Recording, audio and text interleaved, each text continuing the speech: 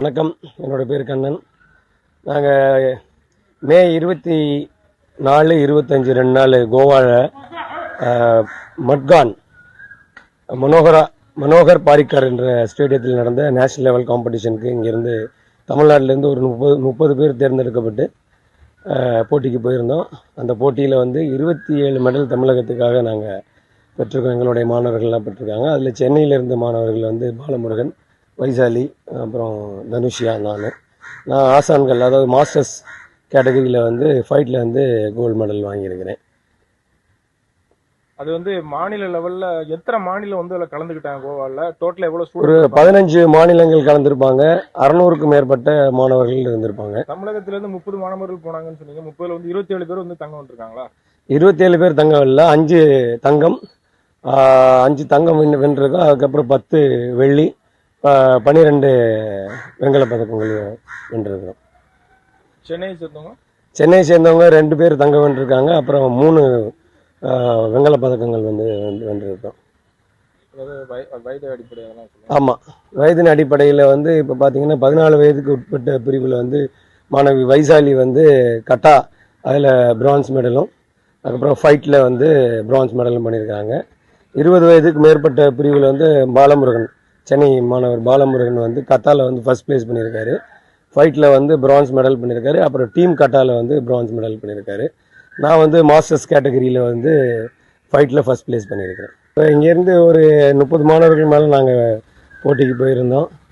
எல்லாம் அவங்களுடைய ஓன் ஃபண்டில் தான் போய் நம்ம அந்த போட்டியில் கலந்துக்கிட்டு வரோம். நம்ம அரசிட்டேருந்து இந்த மாதிரி உதவிகள் கிடச்சிச்சின்னா இன்னும் சிறப்பாக நாங்கள் மாணவர்களை பயிற்சி கொடுத்து, முக்கியமாக பயிற்சி செய்கிறதுக்கான ஒரு இடம், கராத்தே போன்ற கலைகளை பயிற்சி செய்கிறதுக்கான ஒரு சரியான வசதிகள் இல்லை.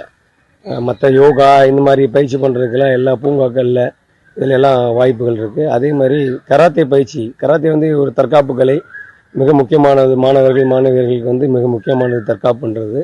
இந்த கலைகளை பயிற்சி செய்கிறதுக்கு எல்லா பூங்காக்கள்லேயும் ஒரு இடத்தை ஒதுக்கி அதற்கான வாய்ப்புகளை அரசு உருவாக்கி தந்தால் எங்களுக்கு மிகவும் உறுதுணையாக இருக்கும்.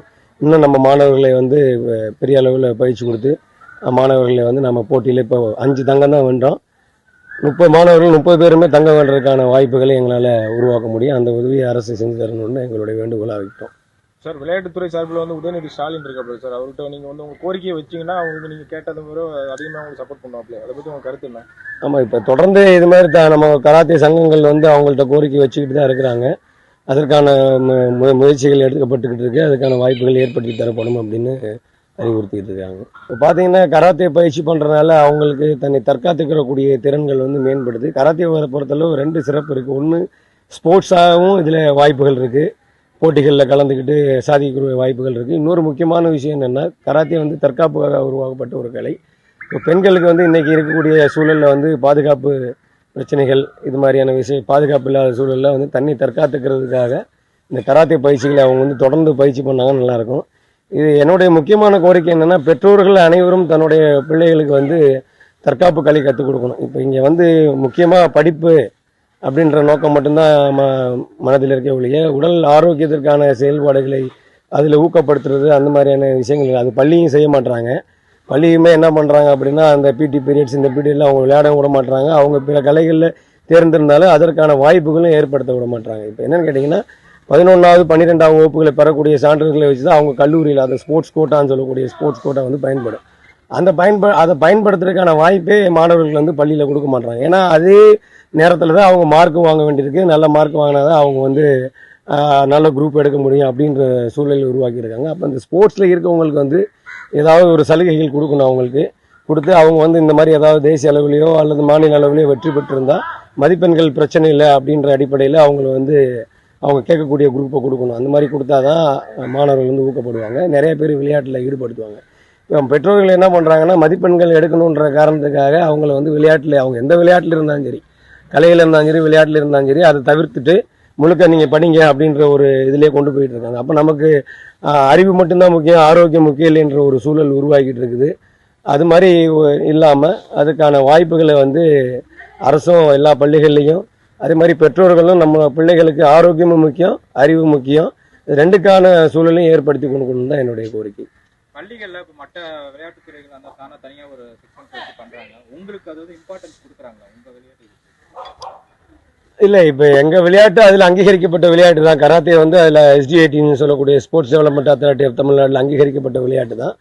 ஆனால் இது வந்து டைரெக்டாக பள்ளிகளில் நடக்குது, ஸ்கூல் கேம்ஸில் நடக்குது, அதுக்கப்புறம் யூனிவர்சிட்டி கேம்ஸ்லேயும் நடக்குது. அதை வந்து ஃபெடரேஷன்ஸ், அதாவது கியோ அப்படின்னு சொல்லக்கூடிய கராத்தே அமைப்பும் நம்ம தமிழ்நாடு கராத்தே சங்கமும் வந்து அதை நடத்தி தேர்ந்தெடுத்து ஏஷியன் வேர்ல்ட் கராட்டே ஃபெடரேஷன் நடக்கக்கூடிய WKF காம்படிஷன்ஸ்க்கெலாம் வந்து செலக்ட் பண்ணி கொண்டு போயிட்டு தான் இருக்கிறாங்க. ஆனால் ஸ்கூலில் வந்து கட்டாயமாக்கணும், இந்த தற்காப்பு கலைகளை வந்து கட்டாயமாக்கணும். கட்டாயமாக இல்லை, எல்லா அரசு பள்ளிகள் இருந்து எல்லா தனியார் பள்ளிகள்லையும் கட்டாய பயிற்சிகளாக வந்து இந்த தற்காப்பு கலையை கொடுக்கும்போது